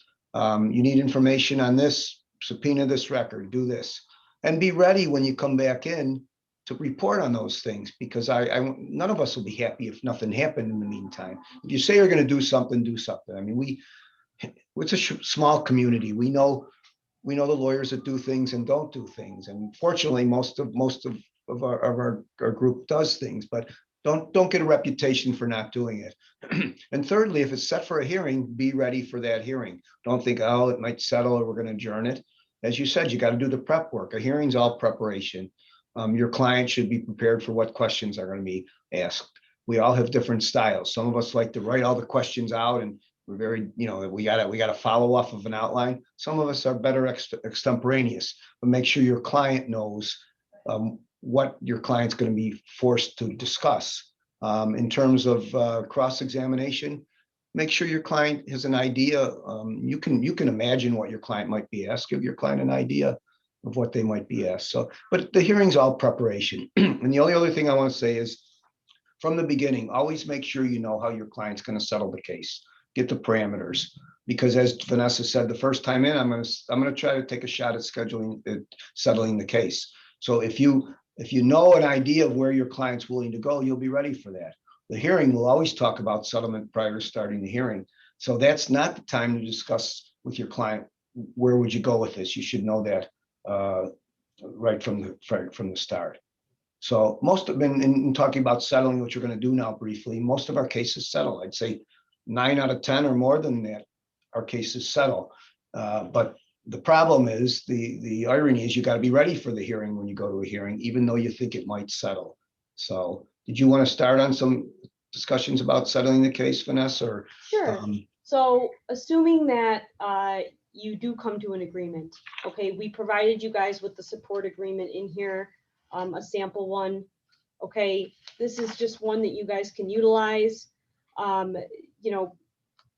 This is one just stating simply that we use Mickey and Minnie Mouse as facetious father, mother people in this, but I put in here, as you can see, kind of looking at the second page here, recitals, that, who the child is or children, what case is pending. I usually put the docket number, who filed what, that they, they desire to define their respective financial obligations to the child. And I put in here representing if they had counsel or not. I think it's really important to note that. So if they try to, set aside this agreement in the future, maybe in Supreme Court or something, nope, they were represented by counsel, or they weren't, but they had an opportunity to review the agreement. I put in here that, that they've been advised of the Child Support Standards Act. As we talked about, that's one of the things that you need to have in the agreement. In this case, I specifically bolded at the top that they opted out of the strict application of child support. We just used facetious numbers in here. But, like I said, if it's an opt-out, even if it's like, say that the presumptive amount is like $650, $415, and the person's paying, $700 a month, or they chose to pay $500 a month or whatever, you need to make sure that you specify that they've opted out. I write in here whoever's obligation is going to be, who it's going to be, if it's going to be paid through the support collection unit, if it's going to be paid through, direct pay. You want to cover arrears. Something that's been happening lately is make sure that you really decide on an effective date, because if this agreement gets into the hands of the support collection unit, they just kind of like, if you don't specify that there's been no arrears, so say the agreement gets signed on like a Tuesday, okay, and your person's continuing to pay that person, you want to make sure that you put language in here, like the father shall pay the mother directly, or the mother shall pay the father directly until an incorporation, the parties agree that, until this agreement gets incorporated into a court order, or until the money starts coming out of the support collection unit. Because the support collection unit, I believe, will go back to whatever the agreement says, right? I think it's dangerous. I've had that issue before, where then you have another issue on your hands after the fact of someone getting taken out money for arrears, and then you got to follow up and do an affidavit saying that they've actually been paid. So make sure that you kind of like tell the support collection unit, either the person's going to continue to pay them directly, there's no arrears owed, kind of specify that out. I think good practice is if you settle the case and it's going to be a support collection unit, there shouldn't be any discussion of direct payment. I think that only convolutes it. And I think the payor is going to lose those monies, or is in danger of losing those monies without a lot of work. So if you settle the case, now you might already have a temporary order through the support collection unit, so you're all set. But if you're settling the case and you wanted to go through the support unit, decide right then, here's the arrears as of today. As of today, it's going to go through the support unit. They're going to handle the arrears and the payment going forward. But I think if you try to confuse it with some direct payments, it's only problematic. So as far as settling the case goes, I think we kind of covered that. I do want to kind of keep things moving, if you don't mind, and hop over to appeals and objections. I Yeah, would like to ask a question quickly that came up Sure. in our chat that kind of goes towards settlement, but I have a question based on it too. It's a case about what paperwork you would recommend mediators collect requests from counsel prior to a session. How often are we referring cases to mediation? I don't know if the court's doing the referrals, are people just privately mediating? And if so, Vanessa, what paperwork would you recommend the mediator have? Let me jump in first. We don't recommend cases to mediation. There's no formal child support mediation uh, entity that's working on these cases now. So we feel in our courts, we do the mediation. Now, whether you all mediate cases privately before you come in to see us, that's something else. But it's not going to be like custody and visitation where you get referred to mediation, not in child support. No mechanism for that. Vanessa, you agree, or do you use media? You Yeah, might use it in terms of matrimonial or something, right? Yeah, and I mean, there's no presumptive mediation for child support cases.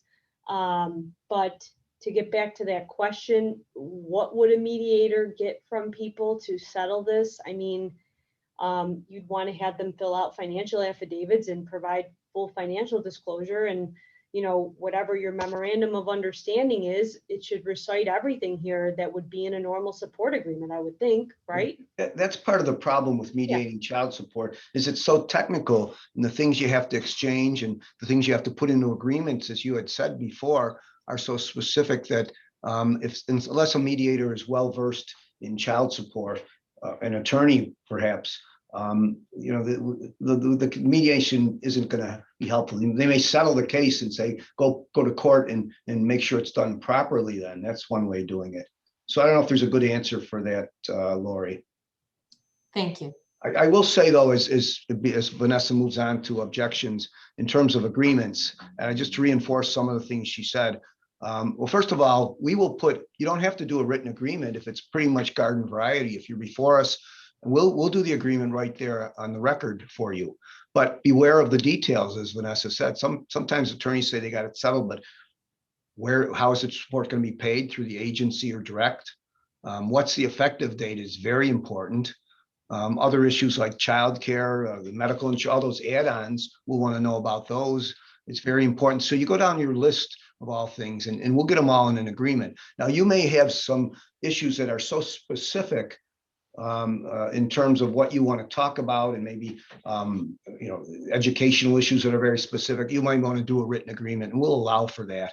And as Vanessa said, and she's provided some good forms for that.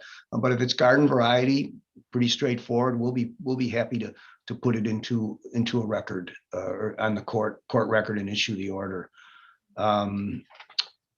And I think I want to say one other thing too. Yeah. If you have an over the cap case, you should be putting in support calculations for over the cap as well. Okay. That's the best way, I think is when I decide a cap case, I say that the support could be this amount at the cap. It could be this amount above the cap. I'm deciding at this amount. Here's why I didn't decide at the cap, or here's why I didn't decide. So I think more is better in those cases. I agree with that. And another thing too is that you can, aside from your support obligation, you do have a support obligation for college expenses. And it is discretionary, it's fact-based, based upon the education of the parties, the lifestyle of the parties, other children, if they've gone to college, stuff like that. So it's important to tell your clients that after support is done or whatever, or even if the judgment divorce is silent on college expenses, a person can, do a petition to modify and ask for, the child is going to be entering college, or, there's been a, you know what I mean? And your client can be on the hook for that. And some people say, well, I don't have the money to pay for my kid's college. Well, the court can make you take loans. The court can, make you use that line of credit. They can say, well, the college costs, dad's going to be responsible for 25% and mom's going to be responsible for 75%.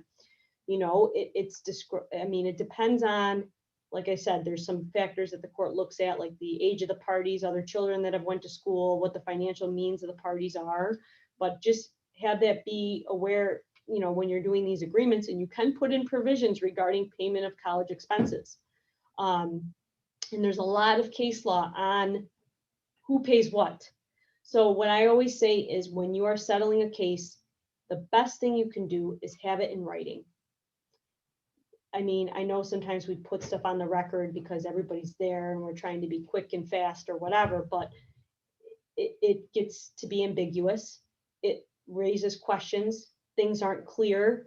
If you set like a flat rate for, say, for instance, childcare, okay, the father's gonna, and it's gonna go through the child support collection unit. Well, if childcare changes, because God knows it does, okay, the cost goes up or goes down, or COVID happens and your child stops going to childcare. Hopefully that never happens again. But you know, I had a case where the girl had an order that said like the guy was to pay $80 a week for childcare. Okay. And obviously the pandemic hit, so the kid wasn't going to childcare. And she said to me, well, you know, the order also said that every year they would have a readjustment.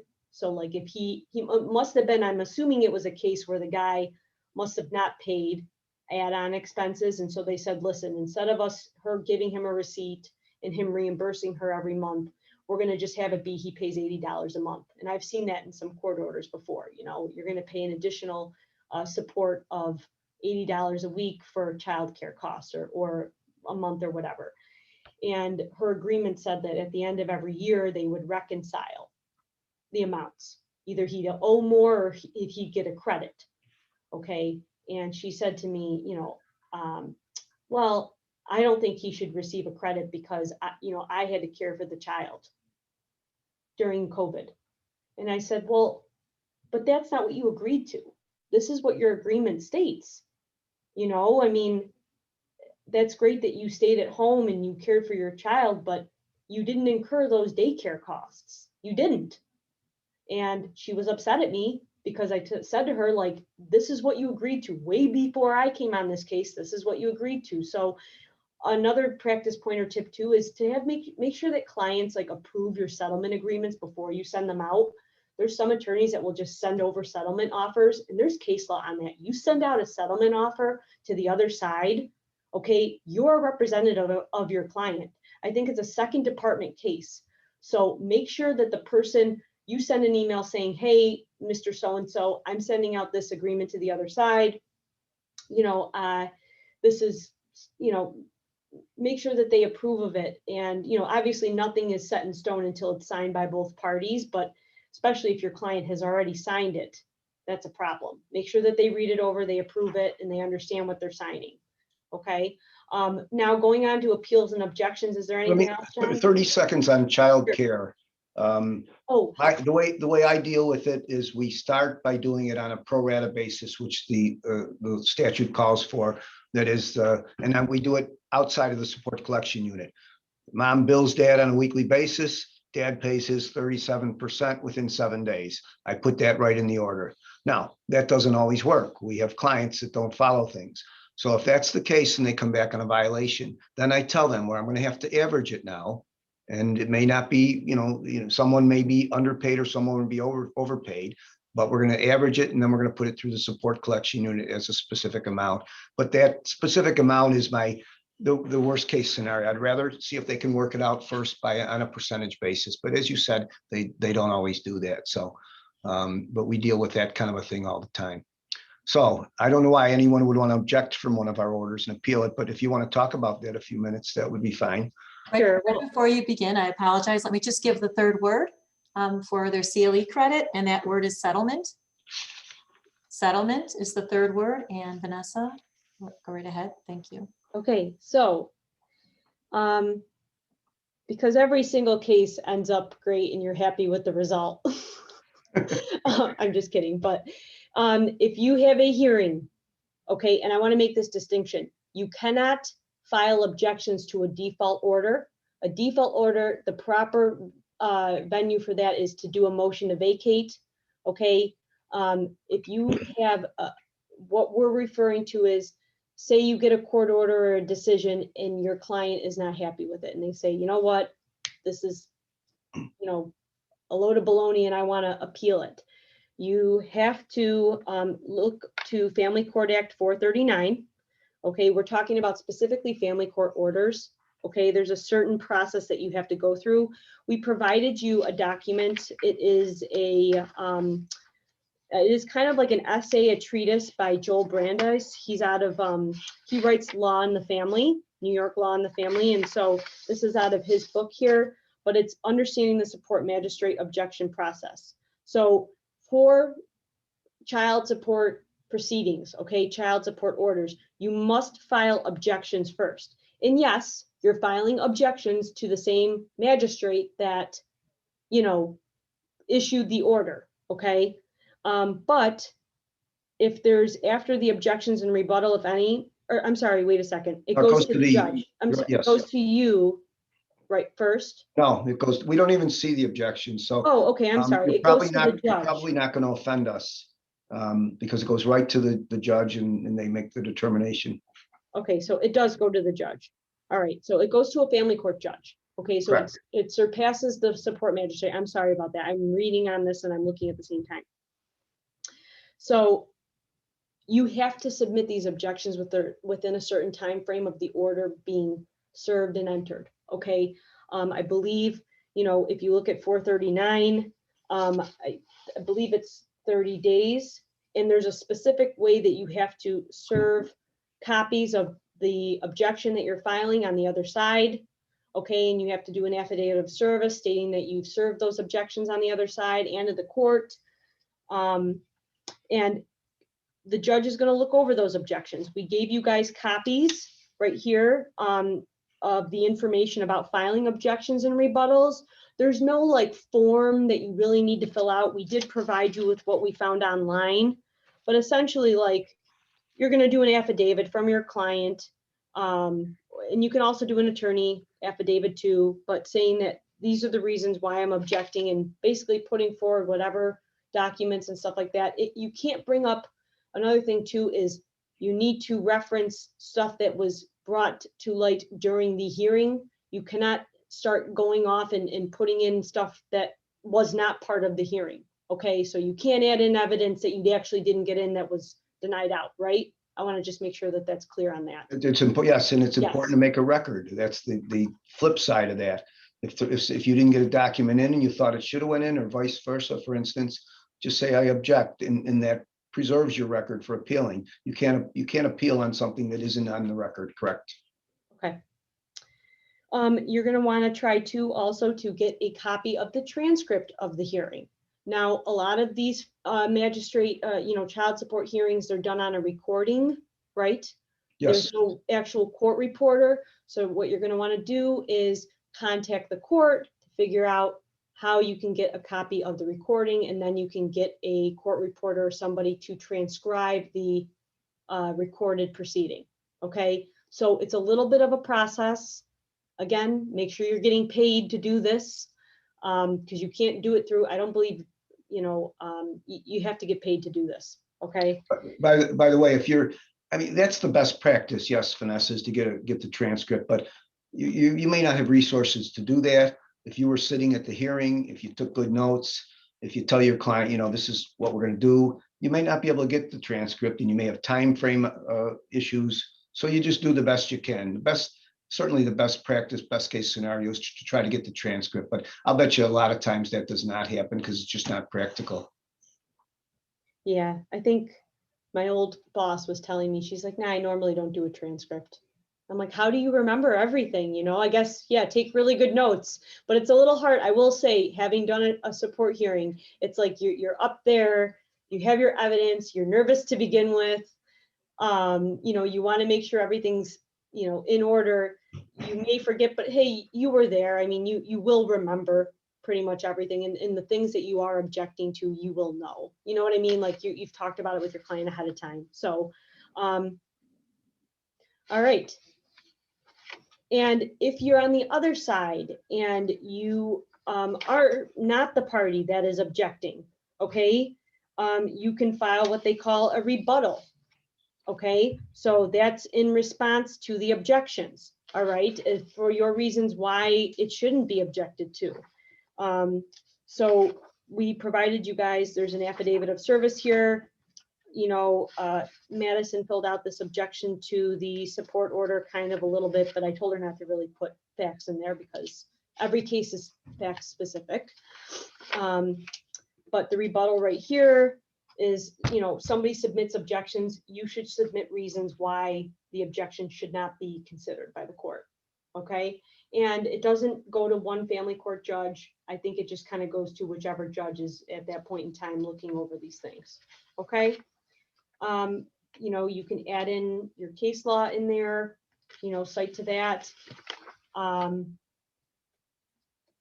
And I think that's pretty much it for appeals and objections. I don't think I need to go into too much detail. It's pretty straightforward with that.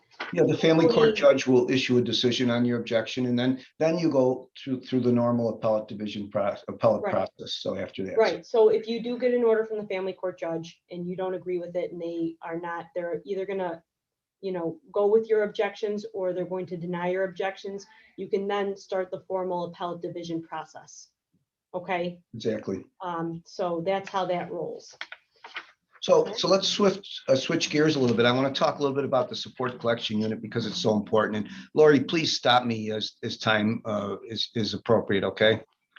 Some of the most practical issues we deal with every day, and some of the most challenging we never learned in law school. And one of those is like the SCU. You know, what is that?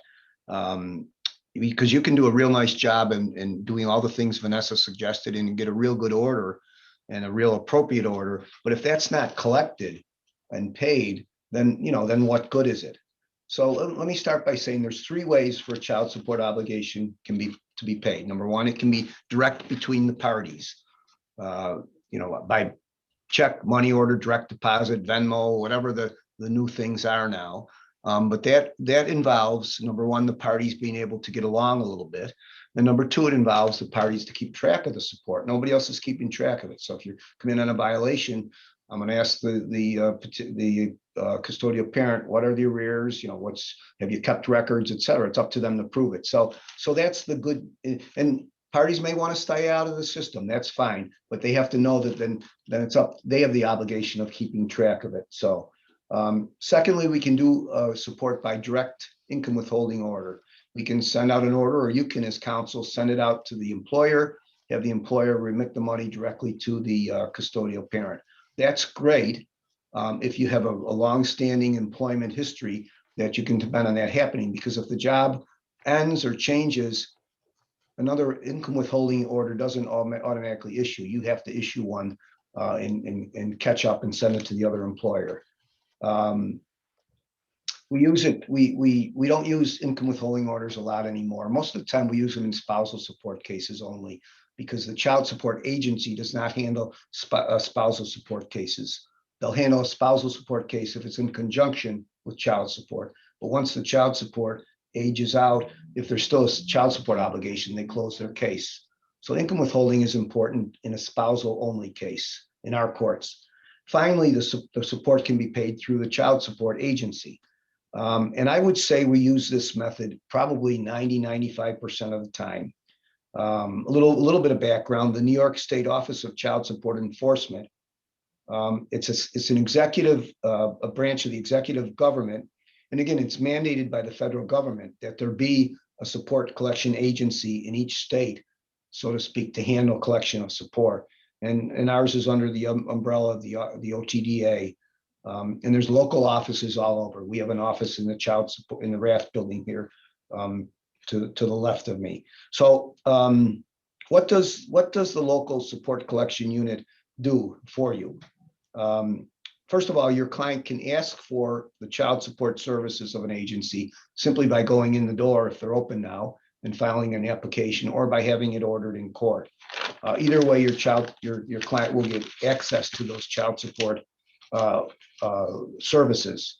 And then the child support will take the order, take the obligation, begin enforcing it. So there's downsides, I guess, of the support collection unit. Some I've heard over the years are, it takes forever to get it started. Yes, I've seen cases where it's 4, 5, or 6 weeks for me to issue an order, to have the money finally coming out of a wage and getting to the payee. And there shouldn't be any, Vanessa and I talked about, direct payment is dicey there because the support collection unit doesn't know it. But so there'll be a time frame in collecting and getting this thing started. But I suggest you use the agency, you bite the bullet, because once it gets started, it works like clockwork. And those weeks we missed in transition will be made up by taking half of the support obligation as a retroactive arrearage, so to speak. The second complaint I hear is, and this is a myth, I think, is that they have the record keeping is horrible at the support collection unit. That may have been the case in the past, but I very seldom see that now. I think they have good records. They certify them for you. Someone has to keep track of the support. They do. When we have a violation, it's very seldom that we talk about the amount of the support anymore. We mostly talk, or the arrears, we mostly talk about the fact that whether it's willful or not. But sometimes there may be some collection issues, and we may talk about that. So what does the support collection do for your client? Number one, as I said, they will send out an income withholding order automatically. It'll take them some time, but once they get the case from us, they'll send it out. And once employment stops, they will send out an ensuing income withholding order to the next employer if they need be. Yes, there's a transition time in there, but they'll go on the new hires website. There's a federal site, and they'll find out where the respondent is working if the jobs are changed, and they'll issue it. So you don't have to do any of that. So that's terribly important. Support collection will take the payments. They'll keep records of it. They'll provide records to us regularly. You can get certified records if you need to. A certified record goes into evidence. It makes a violation case, as Vanessa said, very easy to litigate. You have that certified record pursuant to the 4318 of the CPLR. It's prima facie proof of the arrears.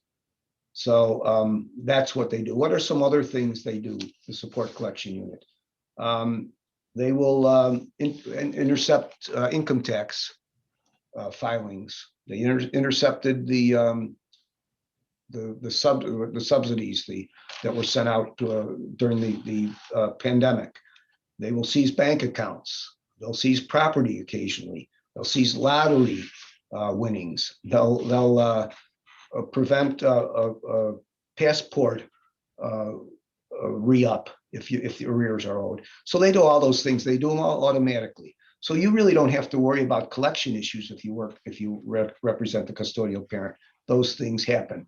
They will also suspend driving privileges, and they do that that's automatic. If 4 months of an arrearage takes place, they will notify the DMV, and the DMV will start that process. So whatever baggage that comes through the support collection unit involvement, I think we have to learn to live with.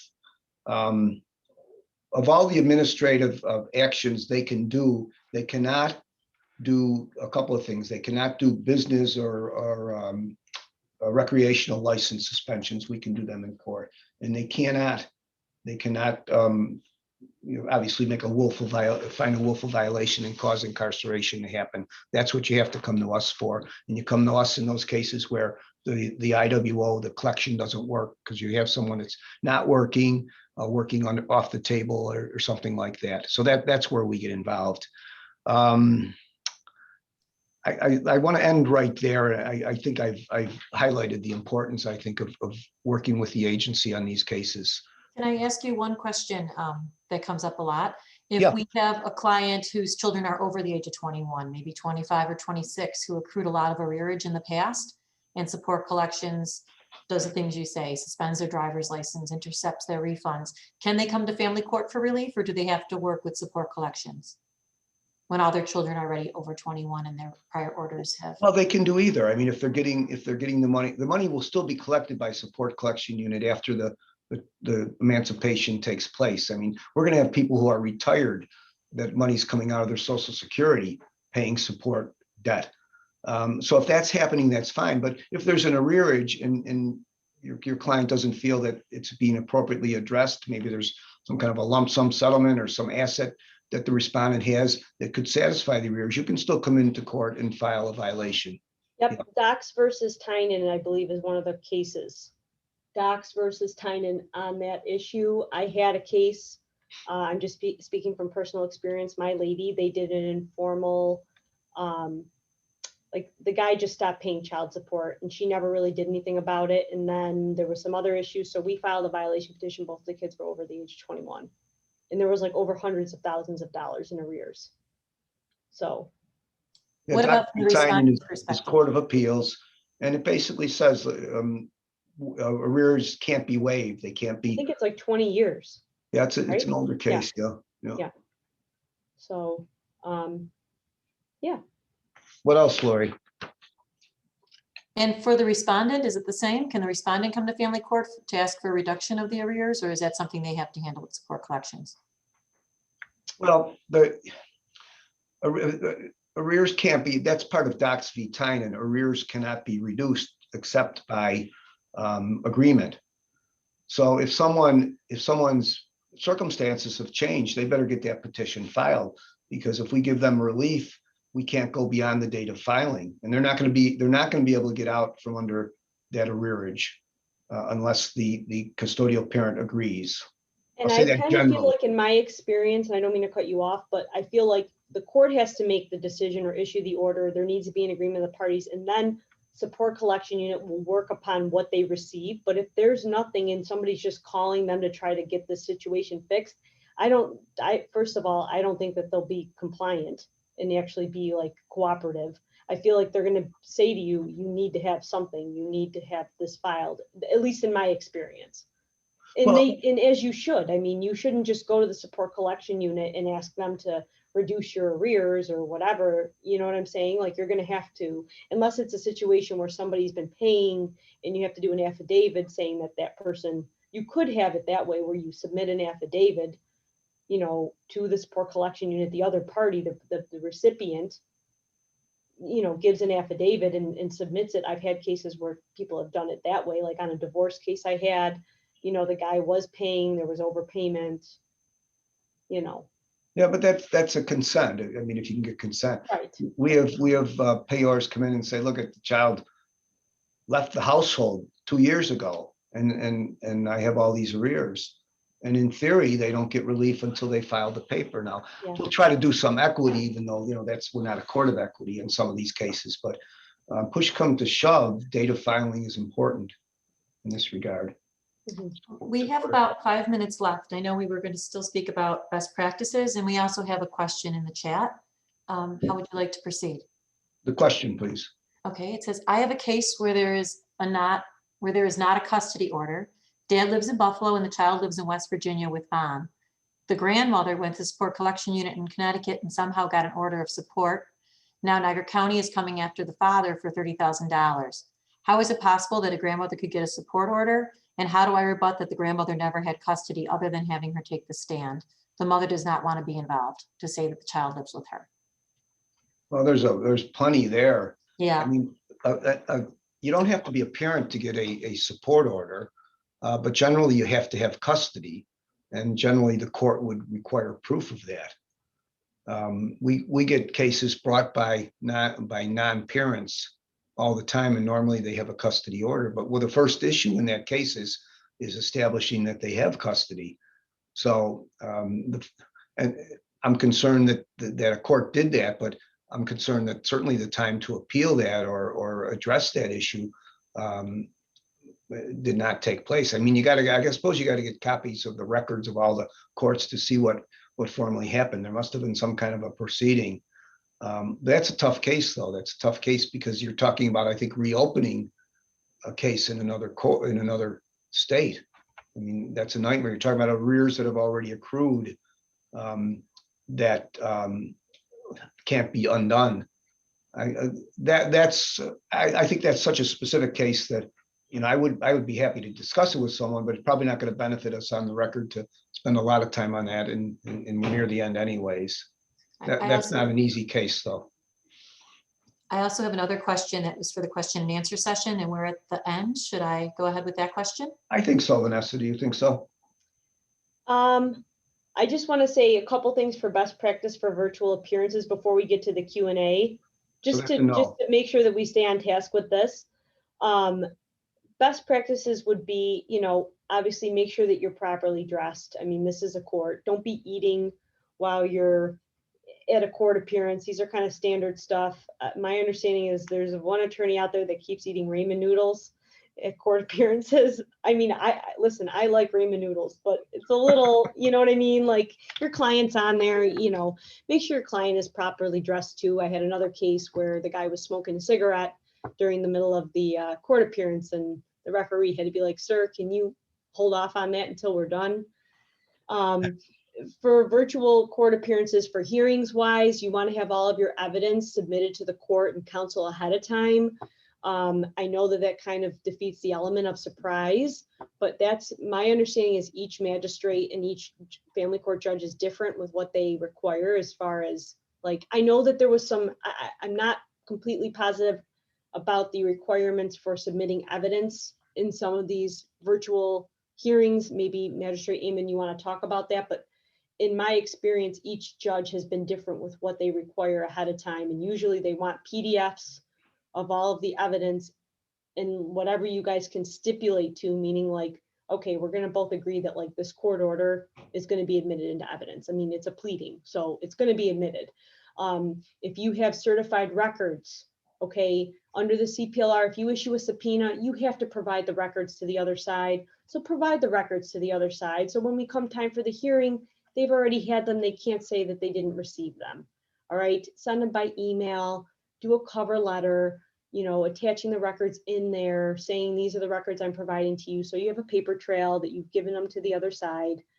Okay. Some people are Bates numbering stuff. That's a good thing you can do. I agree with everything you said. I think the general bottom line is make sure whatever you intend to introduce, I have it and the other side has it. And I think that's the general proposition. Now, how do you get it to everyone is a different issue. And whether you do it through eds or in some email fashion, it's going to be electronic. We don't want any paper anymore. It's going to be, got to be electronic. And I'm getting a lot of attorneys now sending in an exhibit list with the exhibits pre-marked. Now, sometimes they go in differently, so we got to change the markings, but I think that's a very orderly way of doing it. But I think you got to make sure it's the days are gone where you can just pull something out of your file and offer it if the other side doesn't have it.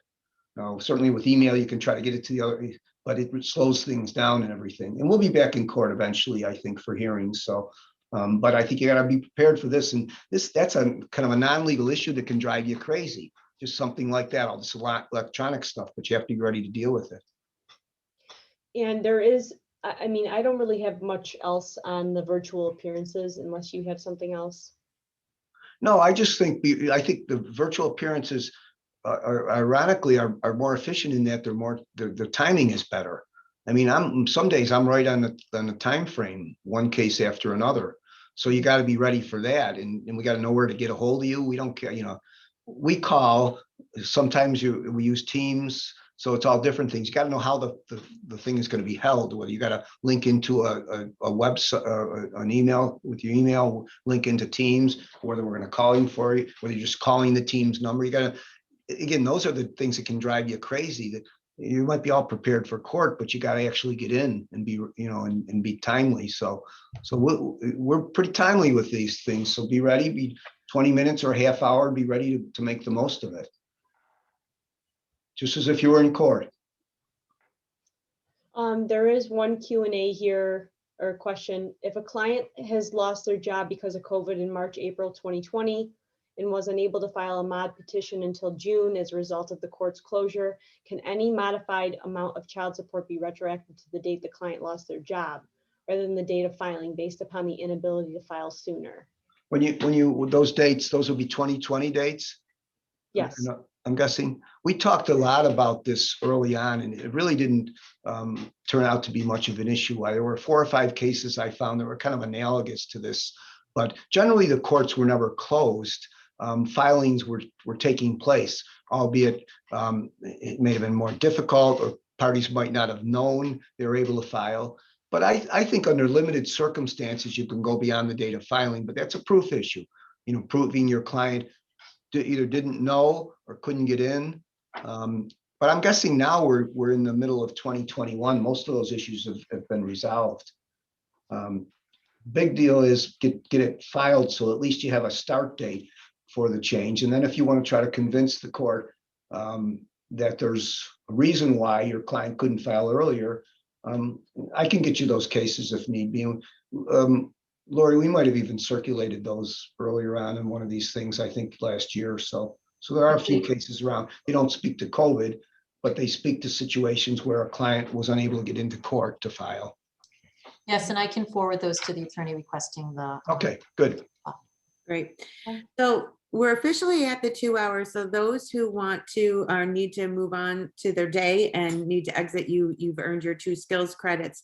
But if Vanessa and Judge Amon want to stay with us for a few minutes, so we can have, just open it up for a few more questions. Is that okay?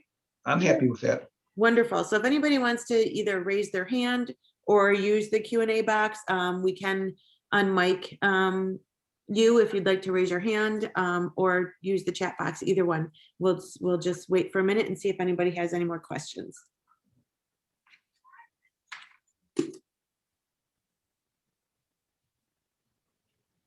Yeah, in the meantime, are there any closing remarks that either of you would like to make? I think now would be a great time. Sure. I just want to say if anybody has any questions following this, my contact information, I think, is on the outline or it's in the materials at some point. So feel free to reach out to me if anybody needs anything or any additional questions come up. And if not, I'm going to put my email address right now in the chat box. Okay. And I hope that, you guys find these materials helpful to you in your practice. I always found that doing CLEs, and I really would do them for the materials, to kind of have somebody give those to me, because I think that that's the best way to learn, is to kind of see how it's supposed to be done. But agreed. I really loved that we did this basic CLE for beginners and people who are new to family court. I think it was super helpful. I do want to ask Judge Amon, is it okay with you? The attorney that posted the question about the custody order in West Virginia and all of that, she is a revered VLP volunteer, because she never says no to me. So if you don't mind, I would like to connect with you afterwards on that, so we can see if we can give her some solid direction on maybe some options maybe, or ideas we can share with her. Yeah, you can start by giving her my email if you want, or something like that, or the 3 of us can talk, however you want to do it. Okay. And I'm always available for questions also, and that's nice of Vanessa to offer herself too. I can't specifically talk about cases obviously before me, and I don't want to get too specific with cases before others here, but I can generally give some direction. I don't mind doing that. Magistrate Amon, we do have a question in the chat asking about your career trajectory and what were you doing before your current position. And I would like to take this opportunity to apologize. When I did the math from 93 to today, I can't believe that's 28 years. I can't either. Because I was like married and stuff in 93. So time goes by very quickly. I was in private practice with a couple of firms when I started. And, as a new lawyer, sometimes you get doing the family law stuff because none of the partners want to do it. So that's how I just started on family. I don't know if I had any passion for it or anything, but I started doing family law early on. And then I wound up doing with a small firm that did nothing but matrimonial. And I did that for 3 or 4 years. And then I kind of rethought my trajectory, and I worked at Neighborhood Legal Services for 4 years. Did all family law stuff, matrimonial, child support, custody visitation. And then I applied and got this position. So. Cool. Thank you. Fantastic. Well, I think that brings us to the end. I don't see any other questions. Lori, do you? No, I do not. All right. Thank you, everyone, for joining us, especially our presenters today. Thank you so much for helping out. And we'll see you all very soon. All right. Bye, guys. Stay safe. Hi, everyone. Thank you. Thank you to the Good day. presenter.